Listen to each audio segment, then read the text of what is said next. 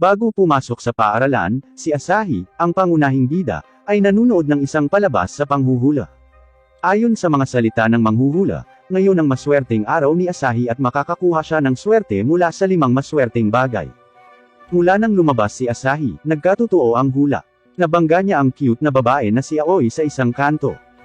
Ang kanilang intimate gestures ay medyo nakahihiya kay Aoi at nagmamadali siyang tumakbo. Sa sandaling iyon, nalaman ni Asahi na may naiwan siya at dinampot iyon, sa pag-iisip na ibabalik niya ito sa susunod kapag nakita niya ito. Pagkatapos nito, sa walang laman na tram, nakita ni Asahi ang isang kagandahan, si Mangfa. Ang kanyang sobrang intimate na pag-uugali ay nakakatakot kay Asahi at siya ay nagsisikap na makawala. Gayunpaman, hindi niya sinasadyang nahawakan ang kanyang katawan, na naging dahilan upang mapagkamalang pervert siya at nagtuturo sa kanya ng leksyon. Sa oras na ito, dumating ang tram sa hintuan sa oras at mabilis na tumakas si Asahi. Nang malapit na siyang umalis sa hintuan ng tram, nakasalubong niya ang isa pang babae na naglanding, si Karen.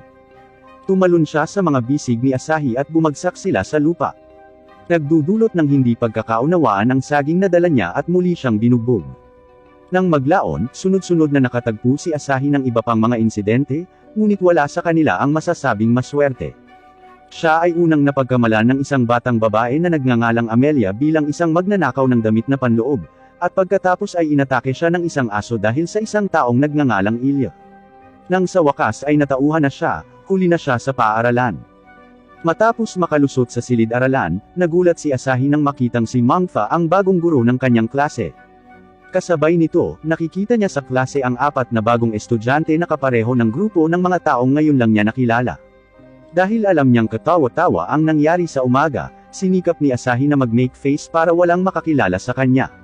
Gayunpaman, hindi ito gumagana. Ang nababagabag na batang lalaki na si Asahi ay nakatanggap ng hindi kilalang sulat na humihiling sa kanya na magkita pagkatapos ng klase. Curious siya kung sino ang naglagay ng sulat. Sa sandaling iyon, muli niyang nakasalubong si Aoi sa isang kanto. Nahihiyang tinanong siya ni Aoi kung may napulot ba siya, at naalala ni Asahi ang umaga. Habang binabalak niyang ibalik ang mga gamit niya kay Aoi, aksidente niyang nahugot ang underwear ni Amy na kinuha niya noon. Si Aoi ay kumbinsido na siya ay isang pervert na lapitin ng damit na panloob at sinampal siya. Si Asahi, na sunod-sunod nang na-misunderstood, ay pumupunta na nalilito habang kumukuha ng kanyang pagkain. Nalaman niya na si Karen, ang dilaw na buhok na batang babae na nakilala niya sa umaga, ay hindi pa nakakain ng kanyang tanghalian at nag-aalok na ibigay sa kanya ang saging na inihanda niya para sa tanghalian. Iniisip ni Karen ang abnormalidad ni Asahi sa umaga at napagtanto niyang mali ang paghuhusga niya kay Asahi. Pagkatapos noon, awkward na nagpasalamat si Karen sa kanya. Mula noon, isa-isang naaayos ang hindi pagkakaunawaan ni Asahi at ng kanyang mga kaklase, maliban kay Aoi. Gumaan ang pakiramdam ni Asahi. Sa pag-iisip ng hindi kilalang sulat, nagpasya siyang pumunta sa itinakdang lugar, nalaman lamang na ang taong sumulat ng liham ay si Aoi. Gusto niyang ipagtapat ang kanyang pagmamahal kay Asahi dito. Sa sandaling iyon, isang bugso ng hangin ang tumama sa palda ni Aoi na nagpaunawa kay Asahi na ang naiwan niya ay ang kanyang damit na panloob. Hindi napapansin ni Aoi na medyo nagiging weird na sa pagitan nila ni Asahi. Patuloy niyang ipinapahayag ang kanyang pagmamahal kay Asahi. Ngunit ang lahat ng ito ay nangyayari ng biglaan kaya't kailangan ni Asahi ng ilang oras upang pag-isipan ito. Sa sandaling ito, sa wakas ay napagtanto niya ang kahihiyan at tumakas na nahihiya. Pagkaalis ni Aoi, magkahiwalay na hinanap ni Ilya at Mangfa si Asahi, na dumating din para umamin sa kanya. Si Mangfa ay matapang, direktang hinahalikan si Asahi, na nakatakot sa kanya na tumakas. Ngunit hindi ito nagtatapos doon. Pinahinto ni Karen si Asahi sa isang damit pangkasal sa susunod na segundo at gusto niyang maging asawa niya. Dinala niya si Asahi sa isang hotel nang hindi nakatanggap ng tugon mula kay Asahi. Si Asahi ay ganap na nasira. Ngayon ay maaari na lamang siyang magsinungaling kay Karen na gusto niya itong halikan at hilingin sa kanya na ipikit ang kanyang mga mata, at pagkatapos ay tumakas siya. Biglang lumitaw ang isang batang babae na may maskara sa gilid ng kalsada at humiling kay Asahi na tumulong sa pagsagot sa questionnaire. Nalaman ni Asahi na ang talatanungan ay naging isang aplikasyon para sa kasal. Nang makitang nalaman na ang plano, tinanggal ng dalaga ang kanyang maskara at si Amy ang gustong pakasalan si Asahi. Iniisip ni Asahi na umuwi at maging kalmado sa lahat ng mga pangyayaring ito, ngunit nang buksan niya ang pinto, lumabas sa kanyang bahay ang 5 tao na nakabangga sa kanya. Nag-play sila ng audio recording na mula sa kanyang ama, na sinasabi na ang lahat ng mga taong ito ay mga kandidatong pangkasal na pinili ng ama ni Asahi para kay Asahi. Sila ay nagmula sa buong mundo at pansamantalang maninirahan sa tahanan ni Asahi. Maaaring tumira si Asahi na kasama nila sandali at pumili ng taong gusto niyang pakasalan. Si Ilya, bilang isang batang lalaki, ay kasama rin. Di nagtagal, nalaman ni Asahi na pinalawak ang kanyang tahanan at may sapat na espasyo para sa lahat para makalipat. Ang 5 tao ay naghanda ng masarap na hapunan para kay Asahi, at lahat ay gustong pakainin siya. Nang balak niyang maligo, gusto ni Karen na pumunta sa banyo kasama niya ngunit sinipa niya ito. Ang matalinong dalagang si Amelia ay nasa bathtub na naghihintay kay Asahi. Ngunit nakita ni Asahi ang kanyang pagbabalat kayo. Sinubukan ni Asahi na magpahinga ng mabuti pagkatapos maligo, ngunit nalaman lamang na si Mangfa ay nagtatago sa kisame. Siya ay asar na tumatawag sa lahat upang akusahan sila sa kanilang ginagawa. Walang magagawa si Asahi sa mga walang tirahan na ito, kundi ang hayaan silang mag-isa sa bahay. Naabutan ni Aoi si Asahi at sinabi sa kanya na ang dahilan kung bakit lahat sila ay gustong angkinan siya ay siya ang taong makakapagpabago ng kanilang kapalaran. Humingi ng tawad si Aoi kay Asahi at nakiusap na umuwi na siya. Naging malambot ang puso ni Asahi at pumayag na umuwi na may ngiti sa kanyang mukha. Hindi mapigilan ni Aoi ang pagpatak ng luha nang makita ang ngiti sa mukha ni Asahi. Ito ay nagpapaalala sa kanya ng isang bagay. Natarante si Asahi, iniisip na pinaiyak niya si Aoi. Hindi masyadong nagsasalita si Aoi, ngunit nakauwi siya kasama si Asahi. Nang kakagising lang ni Asahi mula sa kanyang kama, nakita niyang naglalaro si Amelia sa kanyang kubrekama.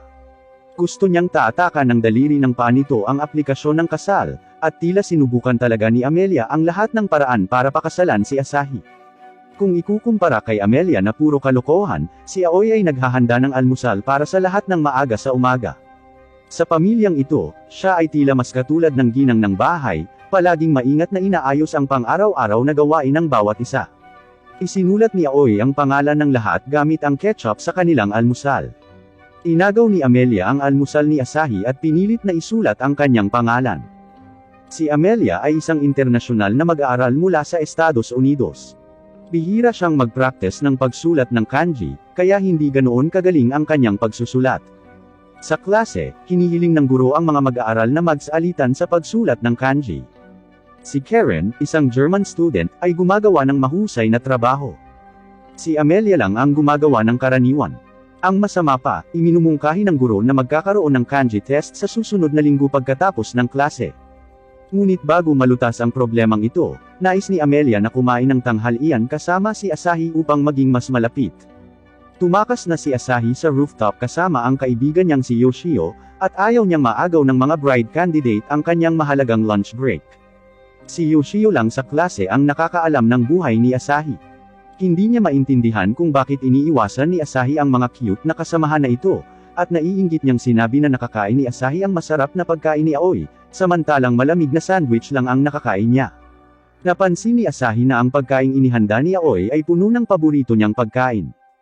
Pero heto ang pagdududa, hindi pa niya ibinunyag kung anong pagkain ang paborito niya. Hindi nagtagal, nalipat ang kanyang atensyon sa ibang bagay.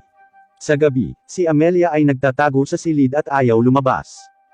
Lumapit siya sa pintuan ng kwarto ni Amelia dahil sa pag-aalala at narinig niya ang sunod-sunod na mapang-akit na boses na nagmumula sa silid. Matapos makinig ng mabuti, napagtanto niyang may kakaiba itong binabasa. Itinulak ni Asahi ang pinto at pinutol ang pagbabasa ni Amelia, nalaman lang na gusto lang ni Amelia na makakuha ng magandang marka sa pagsusulit sa susunod na linggo. Gusto rin niyang matutunan ang wikang ginagamit ni Asahi sa lalong madaling panahon. Naantig si Asahi kay Amelia at dinala si Amelia sa silid-aklatan upang matigang turuan ng kanyang kanji. Masyado ng maraming masasamang libro ang binabasa ni Amelia noon, kaya madalas siyang nakakasulat ng mga hindi karaniwang salita. Ngunit hindi siya pamilyar sa mga karaniwan. Nagsusumikap siya upang makamit ang kanyang mga layunin, ginugugol ang lahat ng kanyang libreng oras sa pag-aaral ng kanji sa silid-aklatan o sa kanyang silid. Nang minsang nag-aaral sa silid-aklatan, si Asahi, dahil sa pag-aalala kay Amelia, ay sinabi sa kanya na ayos lang na huwag mag-aral ng husto. Naaagrabyado si Amelia nang marinig niya ito. Napaluha siya at sinabing walang kabuluhan kung hindi niya ito gagawin ng husto. Gusto niyang matutunan ang wikang ginagamit ni Asahi ng husto. Tumakbo si Amelia pauwi at nagtago sa kwarto nang hindi man lang naghahapunan. Pumasok si Asahi sa silid ni Amelia at sinubukan siyang i-comfort. Inihayag ni Amelia ang kanyang iniisip habang umiiyak. Alam niya na si Asahi ay nakikiramay sa kanya, ngunit siya ay sabik na gawin ito ng maayos at hindi niya nais na kunin ang mabuting kalooban. Ayaw din niya sa sobrang gulo tungkol sa sarili niya. Pinipigilan ni Asahi ang kanyang paninira sa sarili, ipinahayag na pinahahalagahan niya ang pagsisikap ni Amelia. Matapos sabihin ang mga katagang ito, hinaplos ni Asahi ang ulo ni Amelia. Inilabas niya ang isang minibook na puno ng mga knowledge points na naitala niya para kay Amelia. Nakaka-move on si Amelia sa ginawa ni Asahi at sa wakas ay nakakatawa na naman siya. Sa oras na ito, ang iba ay nagtatago sa labas ng pinto upang mag-eavesdrop. Sa sandaling binuksan ni Asahi ang pinto, bumagsak silang lahat sa sahig. Nag-aalala sila na si Amelia ay papaboran ni Asahi. Sa mga susunod na araw, dinodoble ni Amelia ang kanyang pag-aaral. Nag-post siya ng kanji sa buong bahay para tulungan siyang makabisado ang mga ito. Sa wakas ay nagbunga ang kanyang pagsusumikap. Sa mga sumusunod na pagsusulit, ang mga marka ni Amelia ay tumataas ng malaki. Sinabi niya na marami pa ring puwang para sa pagpapahusay sa kanyang mga marka, ngunit sa totoo lang ay napakasaya niya sa resulta. Sa sandaling ito, tinitingnan ni Asahi ang pagkaing inihanda ni Amelia, na may nakasulat na pangalan sa ketchup at ngumiti siya. Ang kanyang damdamin kay Amelia ay nagbago mula sa pagtutol hanggang sa pagtanggap sa bawat oras. Pagkatapos nito, pansamantalang bumalik sa normal ang kanilang buhay. Hanggang sa manalo ang ilang bridal candidate sa isang group hot spring trip sa isang street raffle, excited nilang dinala si Asahi sa hot spring inn. Ang nababahala lang sa biyahe ay si Ilya, na talagang babae. Ang dahilan kung bakit siya nagbabalat kayo bilang isang lalaki ay dahil hiniling sa kanya ng kanyang ama na mabuhay bilang isang batang lalaki bago siya mamatay. Pagdating nila sa hot spring inn, ang unang problemang nakatagpo ni Ilya ay ang paglalaan ng mga silid. Lahat ng mga batang babae ay gustong manirahan kasama si Asahi. Sa kalaunan ay nagpasya siya na sila ni Ilya, ang dalawang lalaki, ay titira sa isang silid. Nang nahiwalay si Asahi sa mga babae, halatang nakaka-relax siya ng husto. Siya ay may madalas na pisikal na pakikipag-ugnayan kay Ilya tulad ng ginagawa niya sa mabubuting kaibigang lalaki. Nahihiya si Ilya, ngunit kailangan niyang tiisin dahil alam niyang normal na paraan ito para magkasundo ang mga lalaki. Gusto ng mga batang babae na maglaro ng table tennis at hiniling nila Ilya at Asahi na maging mga referee. Mahusay silang lahat, at si Mangfa ang pinakamagaling. Hindi nagtagal, tinapos niya ang laro sa pamamagitan ng isang bagsak, na nakasira ng damit ni Karen at nasaktan si Asahi. Mamaya, balak nilang pumunta sa mga hot spring. Gaya ng hinihiling ng procedure, kailangang linisin ng lahat ang kanilang sarili bago pumunta sa hot spring. Nanguna si Asahi na maghubad ng kanyang sarili sa dressing room at pumasok sa banyo ng mga lalaki. Si Ilya ay masyadong natatakot na ilantad ang kanyang sarili upang kumilos. Sa oras na ito, napansin niya ang maskara ng Tengo sa gilid at nakaisip siya ng isang ideya. Itinago niya ang Tengo mask sa isang bath towel para magmukhang lalaki, at pagkatapos ay nagsisinungaling na siya ay mabalahibo at ayaw niyang makita.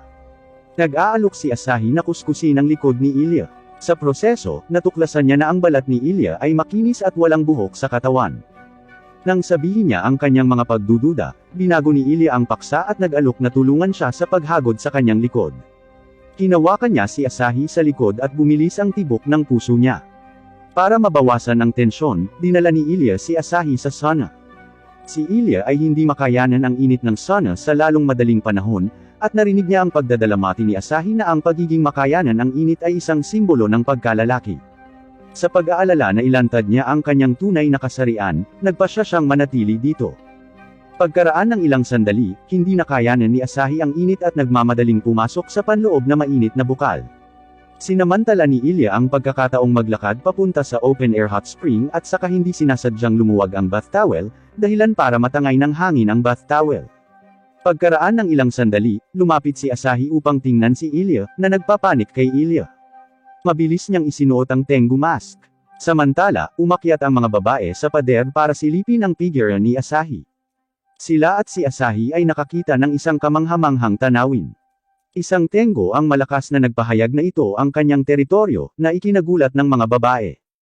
Pagkatapos ay bumagsak sila sa lupa, at si Asahi ay tumakas patungo sa panloob na mainit na bukal sa takot, na tinatawag si Ilya sa pag-aalala. Sinamantala ni Ilya ang pagkakataong makahanap ng bagong bath towel.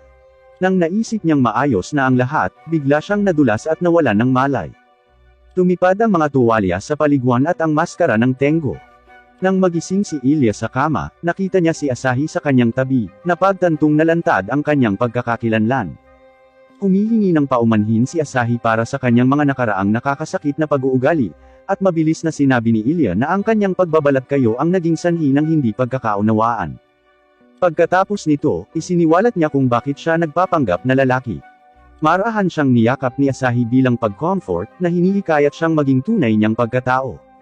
Ang temperatura ng kanyang katawan ay nagpainit kay Ilya, at sa isang iglap, isang maliit na batang lalaki na kamukha ni Asahi ang lumitaw sa kanyang isipan, na tila nauugnay sa kanyang mga alaala. Nang maglaon, excited na sinabi ng mga babae kina Asahi at Ilya na nakita nila ang Tengo sa mga hot spring kahapon. Agad na namula si Ilya, at ngumiti si Asahi. Si Mangfa ay isang magiliw at palakaibigang guro sa paaralan, kung saan sikat siya sa mga mag-aaral. Sa katunayan, ibang-iba ang tunay na Mangfa. Mahilig siyang uminom at kapag nalasing siya ay may gagawin siyang kabaliwan. Halimbawa, inaakit niya si Asahi sa iba't ibang paraan at dumidikit sa ibang mga babae upang maramdaman ang kanilang temperatura. Isang gabi, muling nanliligalig si Mangfa sa bahay, at pinilit ni Asahi na patahanin siya bago siya bumalik sa kanyang silid. Nang makita ang isang taong nakatago sa kanyang kama, itinaas ni Asahi ang kubrekama, ngunit nakita lamang ang isang malakas na estranghero, na kaaway ni Mangfa. Dinala niya si Asahi sa isang mansyon at nag-set up ng isang bitag, na inaakit si Mangfa gamit si Asahi bilang bitag. Nang makuha ni Mangfa ang balita, mabilis siyang nagmadali upang iligtas siya. Gayunpaman, nahuhulog sila sa panganib kasama ang mabangis na mga kaaway sa paligid. Sa kabutihang palad, sapat ang kapangyarihan ni Mangfa kaya natalo niya ang lahat ng mga kaaway na kumukubkob sa kanila sa palapag na ito ng mag-isa. Pagkatapos ng laban, sinubukan ni Mangfa na tumakas kasama si Asahi, ngunit nalaman lamang na ang tanging elevator na magagamit sa pagbaba ng hagdan ay huminto sa paggana. Pagkatapos mag-obserba, napansin niyang nasa susunod na palapag ang control room ng elevator, kaya direktang dinala niya si Asahi mula sa facade ng gusali papunta sa control room. Nang tuluyan na niyang ayusin ang elevator, lumitaw ang malakas na lalaki. Mapait siyang nagreklamo tungkol sa mga nakaraang kalupitan ni Mangfa. Inalis ni Mangfa ang isang malaking bilang ng mga underground na lipunan at pinatay ang hindi mabilang na mga tao, kabilang ang mga nasasakupan ng malalakas na lalaki. Matapos malaman ang lokasyon ni Mangfa, nagpa siya ang malakas na lalaki na maghiganti sa kanya. Matapos sabihin ang lahat ng ito, nakakabaliw niyang inatake sina Mangfa at Asahi. Si Mangfa, na nag-aalala tungkol sa kaligtasan ni Asahi, ay hindi kayang lumaban ng buong lakas, kaya maaari lamang siyang manlinlang. Nang nakikipaglaban, tinatali niya ang malakas na lalaki ng maraming bakal na wire at pagkatapos ay tumakas kasama si Asahi habang hindi makagalaw ang malakas na lalaki. Nang mapansin na si Asahi ay nasugatan, hinubad ni Mangfa ang kanyang palda upang bendahan ang sugat para sa kanya, habang ikinukwento din ang kanyang buhay. Siya ay nasa isang misyon na pumatay sa lahat ng dako mula pa noong siya ay bata at unti-unting napagod sa ganoong buhay. Pagkatapos maging guro, mas naging masaya siya sa kanyang buhay. Para maprotektahan ang kanyang mga kasama, handa siyang gawin ang lahat. Nalilito si Asahi na sinasabi ni Mangfa ang mga bagay na ito sa ganoong tensyon na sandali, ngunit mabilis niya itong naiintindihan. Narating nila ang unang palapag ng gusali, kung saan mayroong malaking bilang ng mga kaaway na may iba't ibang armas. Pilit siyang pinaalis ni Mangfa na may dalang baril. Parang gusto niyang isakripisyo ang sarili para takpan si Asahi. Pagkatapos ng matinding laban, natalo ni Mangfa ang lahat ng mga kalaban. Nang gumaan ang pakiramdam niya at lumabas ng gusali, kumawala ang malakas na lalaki at nahanap siya. Upang talunin si Mangfa, ginawa niyang makina ang kanyang buong katawan. Buong lakas niyang inatake si Mangfa, dahilan para hindi na siya makalaban. Nang malapit ng patayin si Mangfa, si Asahi, na hindi pa babayaan ang kanyang mga kaibigan at nagtatago sa malapit, ay naghagis ng fire extinguisher para pigilan ang malakas na lalaki. Sa pagtingin sa kabayanihan ni Asahi, nakita ni Mangfa ang isang batang lalaki na kamukha ni Asahi sa kanyang isipan. Sa sandaling ito, gumagamit si Asahi ng stun rod na kinuha niya bilang sandata. Sinubukan ng malakas na lalaki na hawakan si Asahi at nalaman niya na ang balat ni Asahi ay masyadong madulas upang hawakan. Nakakita pala si Asahi ng isang bote ng lubricant sa gusali at inilapat ito sa kanyang katawan. Ibinato niya ang natitirang pampadulas sa malakas na lalaki at pagkatapos ay inatake ang malakas na lalaki gamit ang isang electric shock rod, na nagbibigay ng pagkakataon kay Mangfa upang tapusin ito ang laban sa isang nakamamatay na atake. Bagamat nagrereklamo tungkol sa panganib kay Asahi na manatili rito, talagang naantig si Mangfa at mahigpit na niyakap si Asahi sa kanyang mga bisig. Pagkatapos nito, umuwi silang pagod at nakahiga sa sopa. Nakikita ng ibang mga batang babae na malapit silang nakahiga at galit na tinutulig sa ang monopolyo ni Mangfa kay Asahi. Di nagtagal pagkatapos ng insidenteng ito, inatake muli si Asahi ng isang robot na hindi pa niya nakita. Kung paanong nasa panganib si Asahi, lumitaw ang isang magical na magandang babae. Nagpakawala siya ng mahika upang sirain ang robot at lumipad palayo. Pagkatapos nito, excited na ibinahagi ni Asahi ang katotohanan na nakita niya ang totoong magic girl sa kanyang matalik na kaibigan na si Yoshio, ngunit hindi ito pinaniwalaan ni Yoshio. Habang nag-uusap sila, dumating si Karen para anyayahan si Asahi na matulog na kasama niya. Biglang lumitaw sa labas ng bintana ang isang malaking floating machine, na ikinagulat ng mga estudyante. Pagkatapos ay lumitaw ang isang grupo ng mga robot at inaatake sila. Si Asahi ay iniligtas ni Mangfa habang si Yoshio ay nasugatan. Nang ang lahat ay nag-aalala tungkol kay Yoshio, narinig ni Asahi si Irina na sinabi ni Irina na nawawala si Karen, kaya nagmadali siyang maghanap kung saan-saan, at nalaman na nag-transform siya bilang magic girl na nakita niya noon sa rooftop. Ang isang kuneho na maaaring lumipad ay nananatili sa tabi niya at hinihimok siyang kumilos sa lalong madaling panahon. Walang oras si Karen para ipaliwanag ito kay Asahi, na hiniling kay Asahi na hawakan siya para makakuha siya ng magic power. Bagamat nahihiyang tumanggi si Asahi, direktang itinulak siya ng kuneho kay Karen. Si Karen ay nakakuha ng enerhiya mula sa pisikal na pakikipag-ugnayan na ito, at agad siyang lumipad sa kalangitan upang labanan ang lumulutang na makina. Sa kasamaang palad, mabilis na naubusan ng enerhiya si Karen at mahinang nahulog sa mga bisig ni Asahi. Pagkatapos magtago kasama si Karen, nalaman ni Asahi ang nangyari sa ilalim ng mga paliwanag ni Karen at ng kuneho. Sinusubukan ng grupong ito ng mga robot sa kalangitan na sirain ang mundo sa pamamagitan ng pag-atake sa mga lalaki, at nawasak na nila ang mundo kung nasaan ang kuneho. Nang maglaon, ang kuneho ay tumakas sa Earth at nagkataong nakita si Karen. Karamihan sa mga tao ay hindi nakikita ang kuneho, ngunit nakikita ni Karen. Bilang paghihiganti, inimbitahan ng kuneho si Karen na tanggapin ang kapangyarihan nito na maging isang magic girl at sirain ang mga robot na kasama niya. Sa oras na iyon, naisip ni Karen na kagiliw-giliw na maging isang magic girl at pumayag. Ngunit ngayon, sa wakas ay napagtanto niya kung gaano ito kahirap. Ang pinakamahalagang bagay para sa kanya ngayon ay sirain ang lumulutang na makina, dahil ito ay nagdidirekta sa iba pang mga robot na umatake kahit saan. Ngayon ay si Karen lamang ang makakapagligtas sa Earth dahil ang mga sandata sa Earth ay hindi lamang magdudulot ng pinsala sa mga robot na ito. Kinuha ng kuneho sina Karen at Asahi upang hanapin ang kanyang sasakyan, at sinabi na hanggat umiibig si Karen sa isang taong gusto niya, makakakuha siya ng mahiwagang enerhiya. Ang metro sa kotse ay nagpapakita kung gaano karaming mahiwagang enerhiya ang nakukuha ni Karen. Matapos sabihin ang lahat ng ito, umalis ang kuneho sa kotse, naiwan sina Asahi at Karen.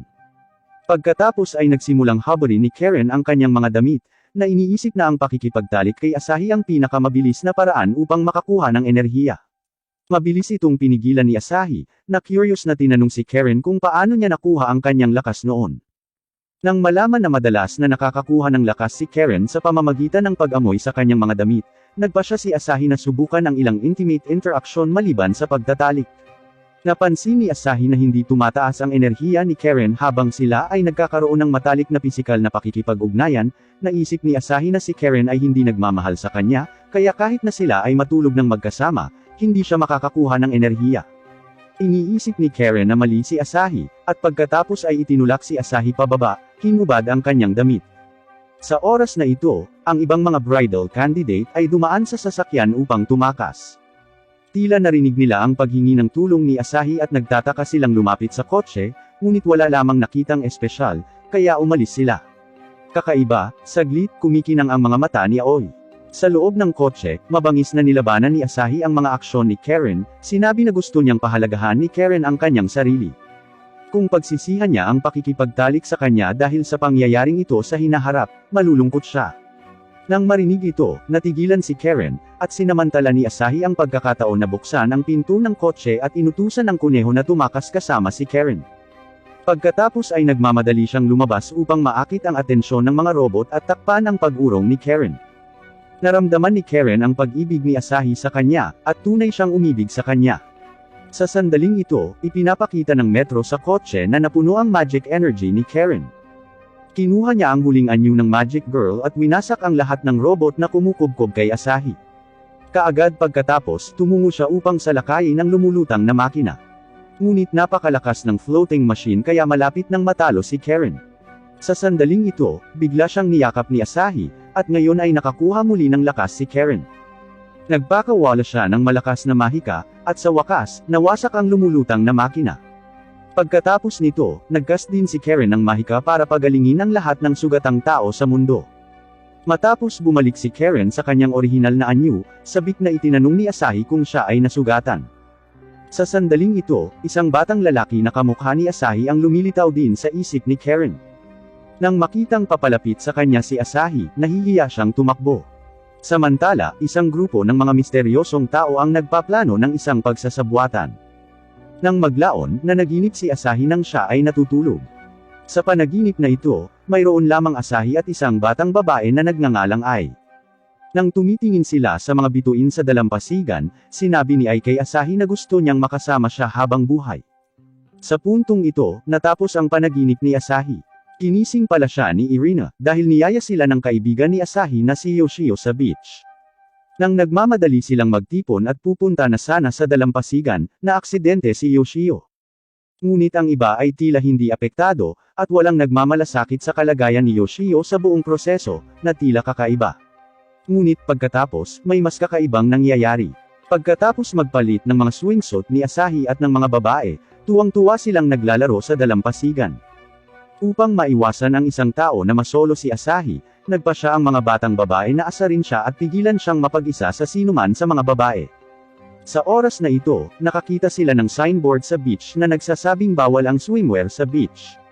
Hindi nilalabanan ng mga babae ang kakaibang panuntunang ito dahil si Asahi lang ang nasa dalampasigan ngayon bukod sa kanila, at handa silang hayaang humanga si Asahi sa kanilang mga figure. Pagkatapos nilang masayang haburin ang kanilang mga damit, patuloy nilang tinutukso si Asahi. Ibinaon nila si Asahi sa buhangin, ang kanyang ulo lamang ang nakikita.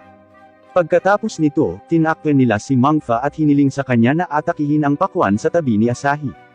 Malaki ang lakas ni Mangfa, at sa kabutihang palad, hindi siya tinamaan ni Asahi. Kinagabihan, nagpa siya silang umuwi para magpahinga. Nang mapansin ni Asahi na biglang nawala ang mga babae, naisip ni Asahi na lihim silang umuwi, kaya tinawagan niya sila pauwi. Pag-uwi niya, si Aoi lang ang nakikita niya. Nagmamadali siyang nagtanong tungkol sa iba pang mga babae, ngunit nalaman lamang na hindi niya matandaan ang mga pangalan ng mga babae at si Aoi lang ang natatandaan niya. Para bang hindi niya narinig ang sinabi ni Asahi, pinakiusapan ni Aoi si Asahi na maghapunan. Sa mesa, walang kamalay-malay si Asahi na madalas siyang maraming maingay na babae sa paligid niya kapag kumakain, at hindi niya na-enjoy ang ganoong tahimik na gabi sa loob ng mahabang panahon. Pagkasabi nito, kakaiba ang pakiramdam ni Asahi. Hindi niya alam kung bakit paulit-ulit niyang binabanggit ang ibang mga babae nang hindi alam kung sino sila. Pagkatapos ay sinabi niya ang kanyang mga pagdududa kay Aoi. Ngunit hindi tumugon sa kanya si Aoi at dinala siya sa kalapit na kakahuyan, kung saan nakakita sila ng malaking puno ng cherry. Sa ilalim ng puno ng cherry, magiliw na ipinagtapat ni Aoi ang kanyang pagmamahal kay Asahi. Ngunit ayaw itong sagutin ni Asahi ngayon. Gusto lang niyang makita ang mga babaeng binanggit niya at nagmamadaling nagtanong kay Aoi tungkol sa kanila. Itinulak ni Aoi si Asahi sa lupa, sinabi na ang pinakamahalagang bagay ngayon ay maaaring magkasama sila ni Asahi. Nang hahalikan na ni Aoi si Asahi, biglang nakita ni Asahi sa kanyang isipan ang iba pang mga bride candidate, at tuwang-tuwa niyang binibigkas ang kanilang mga pangalan. Nang marinig ito, nadismaya si Aoi at naging ulap ng mga cherry blossom. Matapos maghiwa-hiwalay ang mga cherry blossom, lumitaw si Ai sa harap ni Asahi. May sinabi siyang kakaiba kay Asahi na gusto niyang makasama si Asahi magpakailanman, at isa itong pangarap na hinding-hindi niya matutupad. Bukod dito, umaasa siyang hindi nababalik si Asahi sa lugar na ito. Pagkasabi nito ay agad na tumakbo palayo itong si Ai. Ang susunod na segundo, si Asahi ay napapalibutan ng mga code, tulad ng siya ay nakulong sa isang digital na mundo. Nang magising muli si Asahi kinaumagahan, tuluyan niyang nakalimutan ang nangyari noong nakaraang araw. Nang mapansin niyang wala sa bahay ang mga babae, nagpasya siyang pumasok sa paaralan, sa pag-aakalang pumasok na rin sila. Pagkaalis ni Asahi sa bahay, lumabas ang kanyang ina sa isa pang silid. Pagdating ni Asahi sa klase, nalaman niyang wala siyang kakilala sa mga estudyante doon. Nagtanong siya sa isang lalaki tungkol sa mga babae, ngunit sinabi lang na hindi niya kilala ang mga babaeng tinutukoy ni Asahi. At saka, hindi rin nila kilala si Asahi. Paulit-ulit na kinukumpirma ni Asahi na siya ay nasa tamang klase at napagtanto na may mali. Sa gulat, nagmamadali siyang lumabas ng klase para hanapin ang mga babae. Sa sandaling iyon, lumitaw ang isang kakaibang babae na tinatawag ang kanyang sarili na Feynman, na lalong nagpagulo kay Asahi. Nang makitang natulala si Asahi, sinabi ni Feynman na maaaring medyo magulo ang kanyang memorya, at dinala niya si Asahi sa kanyang lab para sa pagsusuri. Sa panahon ng pagsusuri, ipinaliwanag ni Feynman ang katotohanan kay Asahi. Kamakailan ay nagsagawa siya ng isang espesyal na eksperimento, na naglalayong hayaan ang artificial intelligence na makaramdam ng mga emosyon ng tao at umunlad. Hindi pa nagtagal, hayagang nag-recruit siya ng mga boluntaryo sa pahayagan upang lumahok sa iba't ibang mga eksperimento, at isa si Asahi sa kanila. Ilang buwan nang naninirahan si Asahi sa mundo ng VR, at ang mga babaeng nakapaligid sa kanya ay pawang artificial intelligence, na tinatawag na AI. Sila ang mga batang babae na idinisenyo ng mga mananaliksik sa buong mundo sa pamamagitan ng mga pangmatagalang eksperimento na pinakaangkop sa mga kagustuhan ng mga lalaki. Noong una nilang nakilala si Asahi, hindi nila alam kung ano ang pag-ibig, kaya nagkakamali sila. Nang magkasundo sila ni Asahi, unti-unting nabuo ang mga damdaming malapit sa pag-ibig ng mga babae. Kakaiba, sa araw na pumunta sila sa beach kasama si Asahi, ang koneksyon ng mga mananaliksik sa mundo ng VR ay na-block, at si Asahi ay puwersahang pinabalik sa totoong mundo. Hindi naniniwala sa mga salita ni Feynman, nagsimulang magbulalas si Asahi. Pagkatapos nito, nakuha niya muli ang ilang mga alaala at napagtanto na ang sinabi ni Feynman ay mas malapit sa katotohanan. Desperado, nahulog siya sa upuan. Sa oras na ito, ang ingay ni Asahi at Feynman ay umaakit sa kasamahan at pinuno ni Feynman. Lumalabas na matagal nang pinaalis si Feynman sa lab dahil sa nabigong eksperimento. Hindi nasisiyahan kay Feynman na pumasok pabalik sa lab, pinaalis siya ng pinuno. Nang maglaon, umalis si Feynman sa lab kasama si Asahi. Pagkatapos ay sinabi niya kay Asahi ang higit pa tungkol sa eksperimento. 3 taon na ang nakalilipas, isang misteryosong doktor ang gumawa ng AI na parang tao bago siya namatay, na ginamit sa iba't ibang larangan. Ang mga batang babae na dating nakatira kasama si Asahi ay nagmula rin sa AI na parang tao na nilikha ng doktor. Bukod pa rito, nagsasabi si Feynman ng mas nakakagulat na katotohanan. Sa katunayan, si AI ay nilikha ng doktor na kinopya ang kamalayan ng kanyang may sakit na anak na babae, na nagpatigil kay Asahi. Sa sandaling ito, naaalala ni Asahi ang maraming mga nakaraang kaganapan at naaalala na ang anak na babae ng doktor ay ang kanyang childhood sweetheart. Pagkatapos nito, nagpaalam si Asahi kay Feynman at tumakbo sa libingan ni Ai, umiiyak ng malungkot. Samantala, nang dumaan sa isang plaza, nagulat si Feynman nang makitang ang imahe ni Aoi ay ipinapakita sa screen sa gitna ng plaza. Kinokontrol ni Aoi ang sistema ng network ng mundo ng mga tao, na inihagis ang mundo sa kaguluhan. Ang mga mananaliksik sa institute ay sabik na naghahanap ng isang paraan upang pigilan si Aoi mula sa patuloy na pakikialam sa mundo ng mga tao, ngunit walang resulta. Sa oras na ito, iniisip ng kasamahan ni Feynman na si Feynman ang mananaliksik na pinakakilala si Aoi at nagpas siyang humingi ng tulong sa kanya. Sinabi ng kasamahan kay Feynman na nakatanggap sila ng mensahe mula kay Aoi na nagsasabing, "Gusto kitang makita." Hinulaan ni Feynman na ang taong gustong makita ni Aoi ay si Asahi. At pagkatapos ay nilapitan niya si Asahi sa pag-asang babalik si Asahi sa mundo ng VR at tulungan si Aoi na bumalik sa normal.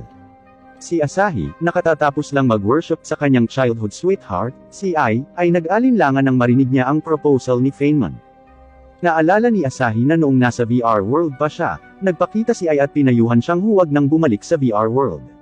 Sa isang sandali ay hindi niya alam kung dapat ba siyang makinig kay Feynman o kay Ai.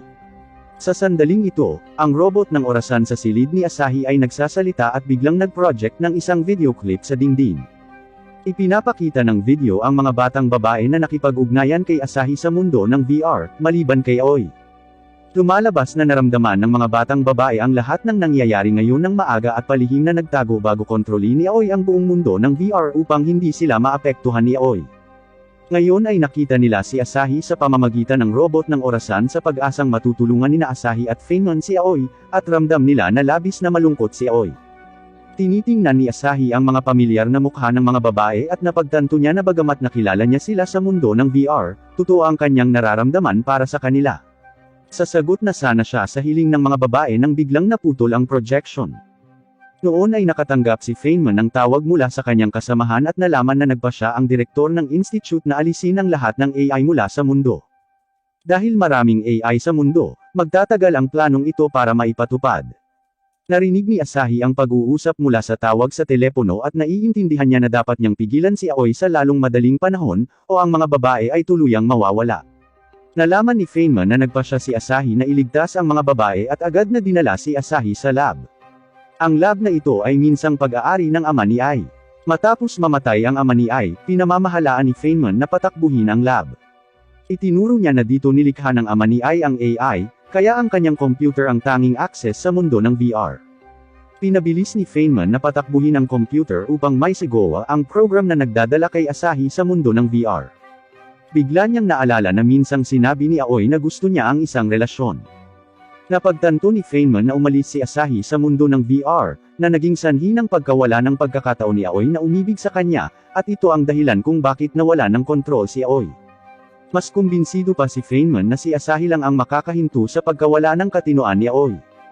Medyo kinakabahan si Asahi. Alam niya na ang paglalakbay na ito sa mundo ng VR ay maaaring mapanganib, o maaaring hindi na siya makakabalik sa realidad sa buong buhay niya. Ngunit para protektahan si Aoi at ang iba pang mga babae, handa siyang gawin ang lahat. Sa ilalim ng patnubay ni Feynman, ang kamalayan ni Asahi ay bumagsak sa kadiliman. Nang imulat ni Asahi ang kanyang mga mata, nakita niyang sinundan siya ng kanyang alarm robot sa mundo ng VR. Lumalabas na para matulungan si Asahi sa mundo ng VR, espesyal na gumawa si Feynman ng alarm robot. Nakipag-usap siya kay Asahi sa pamamagitan ng alarm robot at dinala siya sa isang parisukat. Nararamdaman ni Feynman na ang alarm robot ay hindi maginhawang gamitin, at ginawa itong hitsura ni Yoshio.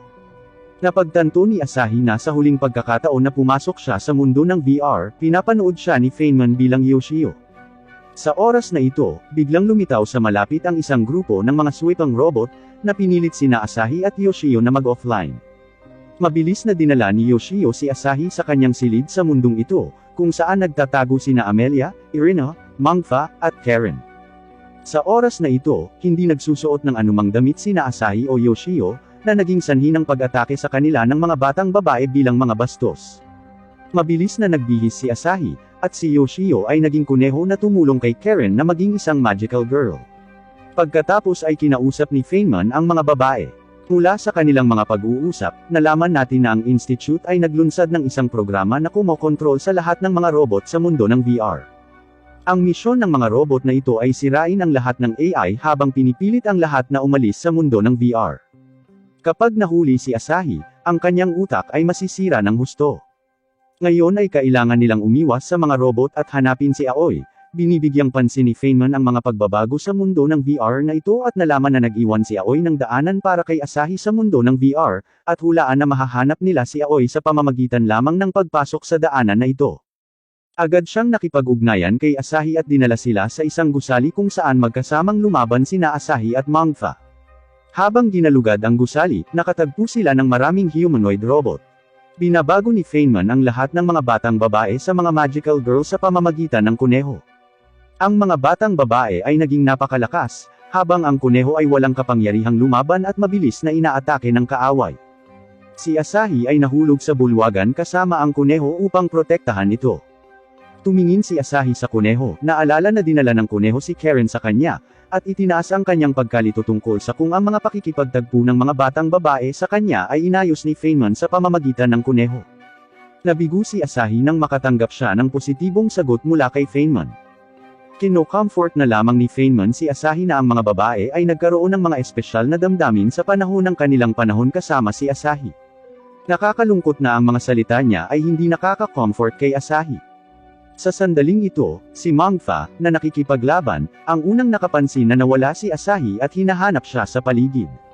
Narinig niya ang pag-uusap ni Asahi at Feynman, ngunit ngayon ay wala na siyang oras para i-comfort si Asahi. Sa proseso ng pakikipagkita sa iba, sila ay inaatake ng maraming mga robot, at ang malakas na tao na minsan ay nakipaglaban kay Mangfa ay lumilitaw din sa mga robot na ito.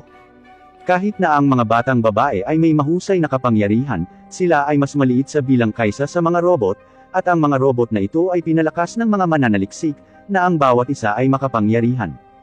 Ang mga batang babae ay unti-unting nahulog sa isang kawalan, at kahit na ang kuneho ay nawasak ng mga robot. Sa kabutihang palad, nahanap ni Asahi at ng mga batang babae ang daanan na iniwan ni Aoi sa oras. Matapos mabuksan ni Asahi at Mangfa ang pintuan ng daanan, ang iba ay pumasok dito. Ang pintuan ng daanan ay hindi maaaring isarado mula sa loob, at nagpasya si Mangfa na manatili at labanan ang mga robot ng mag-isa at hayaang makapasok si Asahi sa daanan. Sinabi ni Mangfa kay Asahi na nang labanan ni Asahi ang malakas na lalaki upang protektahan siya, nagising niya ang ilan sa mga alaala ni Ai. Ilang taon na ang nakalilipas, itinaya ni Asahi ang kanyang buhay upang iligtas si Ai nang siya ay inaabuso ng ibang mga bata.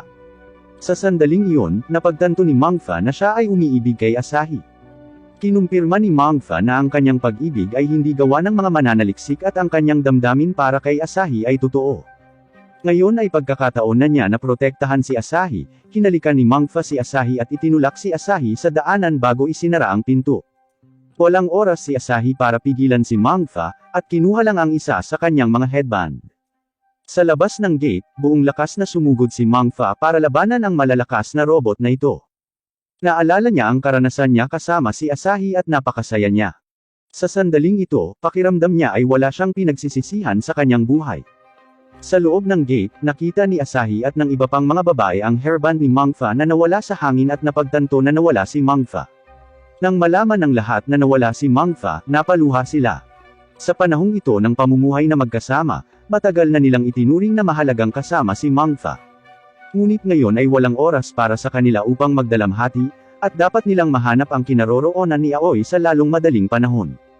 Tinawid nila ang daanan sa harap nila at nakarating sa school na pinasukan nila. Bago ma-explore ng lahat ang sitwasyon sa malapit, inatake sila ng isang robot. Nakita ni Karen na si Asahi ay nasugatan upang protektahan si Irina, mabilis na sinira ang robot gamit ang magic, at nagtago sa isang silid-aralan kasama ang kanyang mga kasama. Ang mga batang babae ay nagreklamo na si Asahi ay hindi dapat itulak ang kanyang sarili ng labis, dahil ang kanyang mga pinsala sa mundo ng VR ay maglalagay sa panganib sa kanyang totoong buhay na katawan. Tila nakakalimutan nila na kung sila ay malubhang nasugatan, sila ay ganap na mawawala din. Nang marinig nila itong emosyonal na sinabi ni Asahi, tumahimik silang lahat. Sa puntong ito, ang mga bagong pahiwatig na natuklasan ni Amelia ay bumasag sa katahimikan. Gamit ang tablet na iniwan ng kuneho, naghanap siya ng daanan malapit kay Aoi sa rooftop. Dumating sila sa rooftop at nagulat nang makitang ang buong mundo ng VR ay nasa kaguluhan at malapit sa pagkawasak. At ang daanan na gusto nilang marating ay napapaligiran ng mga robot na iyon. Tila ang puwersahang pagpasok sa daanan ay imposible lamang. Sa dilema na ito, nag-alok sina Karen at Irina na kumilos bilang bitag upang maakit ang mga pag-atake ng mga robot at bigyan ng sapat na oras sina Asahi at Amelia upang makapasok sa daanan.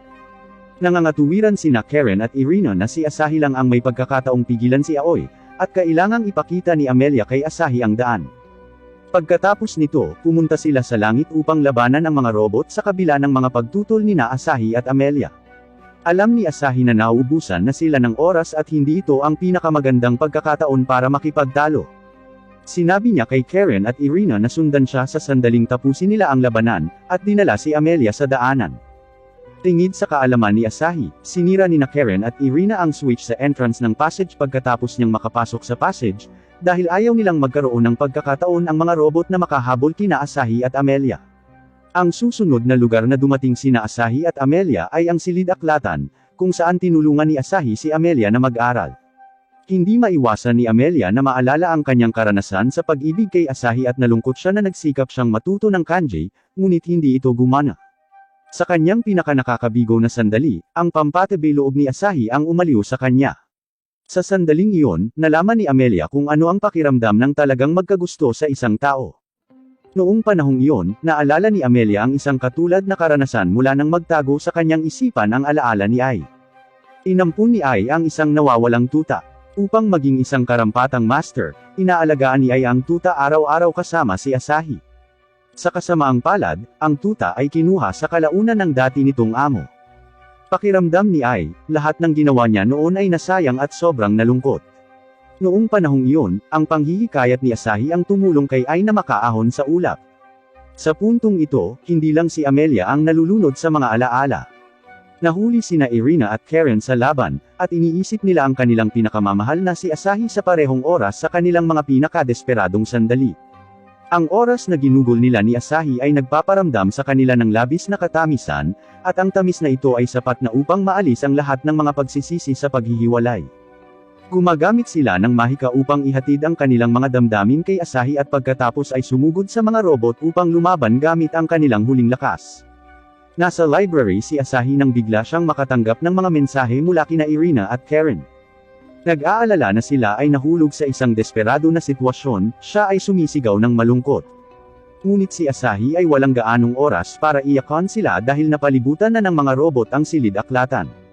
Sa sandali ng krisis, hindi pangkaraniwang kalmado si Amelia, at handa siyang isakripisyo ang sarili para protektahan si Asahi. Kinalikan niya si Asahi bilang palm at pagkatapos ay binuksan niya ang daanan sa ilalim ng mga paa ni Asahi. Tinawag ni Asahi ang pangalan ni Amelia sa pagtataka at nahulog sa daanan. Nag-aalala si Asahi sa kaligtasan ni Amelia nang makiya niya si Aoi. Bago siya makapagsalita, nagkusa si Aoi na ipaliwanag ang lahat. Ginising ni Aoi ang alaala ni Ai, at nawala ang kanyang isip sa ilalim ng impluwensya ng matinding pagmamahal ni Ai kay Asahi, kaya sinubukan niyang panatilihing nasa tabi niya si Asahi sa matinding paraan. Ngayon, nararamdaman niya ang pagkamatay ng iba pang 4 na babae at pinagsisisihan niya ang kanyang hindi makatwiran na pag-uugali. Ibinigay ni Aoi ang ideya na angkinan si Asahi, at ang tanging iniisip niya ngayon ay ang iparamdam kay Asahi ang emosyon ni Ai dahil siya ay nakikiramay kay Ai. Kinabayan ni Aoi, nakita ni Asahi ang alaala ni Ai. Si Ai ay lumaki kasama si Asahi at palaging may crush sa kanya. Minsan, nang magkasama silang namimili, nagustuhan ni Ai ang isang mamahaling kwintas ngunit hindi niya ito kayang bilhin. Sa hindi inaasahang pagkakataon, nakita ni Asahi ang kanyang isip at binili ang kwintas bilang regalo para sa kanya. Saktong nalulubog si Ai sa saya, bigla siyang nakaramdam ng matinding pagkahilo. Ngunit hindi niya sinabi kay Asahi ang tungkol dito para huwag siyang mag-alala. Dahil dito, nang makauwi siya ay nahimatay siya at dinala sa ospital ng kanyang ama. Pagkatapos ng diagnosis ng doktor, nagkaroon ng nakamamatay na sakit si Ai at hindi na mabubuhay ng matagal. Nang malaman ito, nahulog si Ai sa kawalan ng pag-asa. Ang sumunod na mga araw ay pahirap para kay Ai, na nabubuhay sa takot sa kamatayan araw-araw. Natuwa lang siya nang bisitahin siya ni Asahi. Habang lumalala ang kanyang kalagayan, lalong naging haggard si Ai. Para hindi mag-alala si Asahi, gumamit siya ng make-up para itago ang kanyang mahinang pisikal na kondisyon. Gayunpaman, unti-unting lumala ang kanyang karamdaman na hindi na niya maitago gamit ang make-up. Sa oras na ito, naabot na ni Ai ang katapusan ng kanyang buhay, at isa na lang ang hiling niya na makita ang mga cherry blossoms kasama si Asahi. Dahil nangako sila sa isa't isa na ikakasal sila sa ilalim ng mga puno ng cherry kapag sila ay lumaki. Pero hindi na makaalis si Ai sa hospital bed, at nakatakdang hindi matupad ang wish niya sa realidad. Sa dulo ng alaala, naramdaman ni Asahi ang kawalan ng pag-asa ni Ai bago ito namatay, at hindi siya mapakali ng mahabang panahon. Sa sandaling iyon, nalaman niya mula kay Aoi na ang kamalayan ni Ai ay nasa mundo ng VR. Sa tulong ni Aoi, nagmamadaling pumasok si Asahi sa isa pang daanan para hanapin si Ai. Sa ilalim ng puno ng cherry, nakita ni Asahi si Ai.